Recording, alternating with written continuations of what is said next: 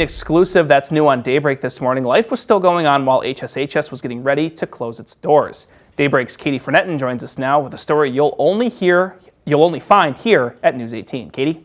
That's right, Sam. Now imagine you're expecting a baby. It's exciting, you have some nerves, and there's a million different things happening, right?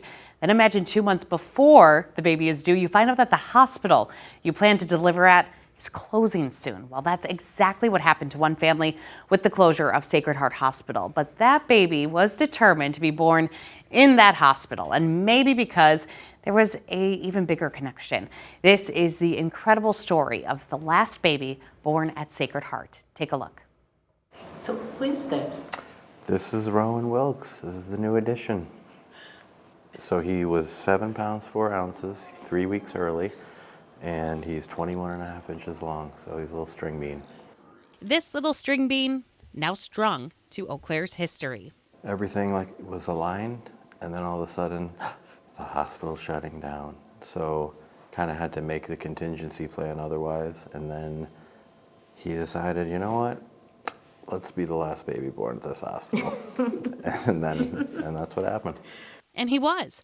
At 3:22 p.m. on Tuesday, March 19th, after 140 years, Sacred Heart Hospital delivered their last baby. We knew he was going to be a special little guy, but to make that kind of entrance was something else. It was very emotional in the delivery room for so many different reasons.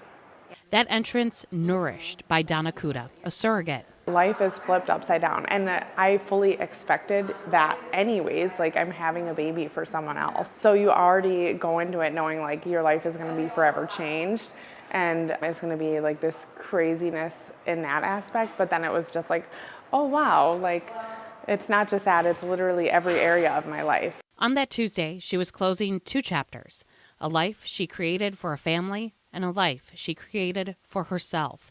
Not only was she a patient, the last patient on that floor, she worked there as a labor and delivery nurse. I think everyone was wow, this is so beautiful. Look at this brand new family that was just created, but then also this is it. Once that baby was born, all of us were this is the end.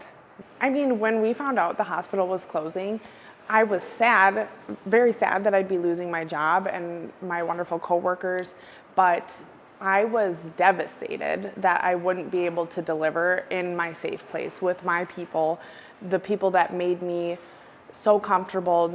Call it divine intervention or a plan from the universe. It didn't feel real right away.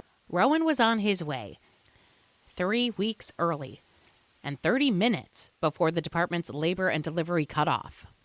It kind of seemed like a dream, something that I was making up. And I just cared that I was with my people and able to give them that. It makes it just extra special.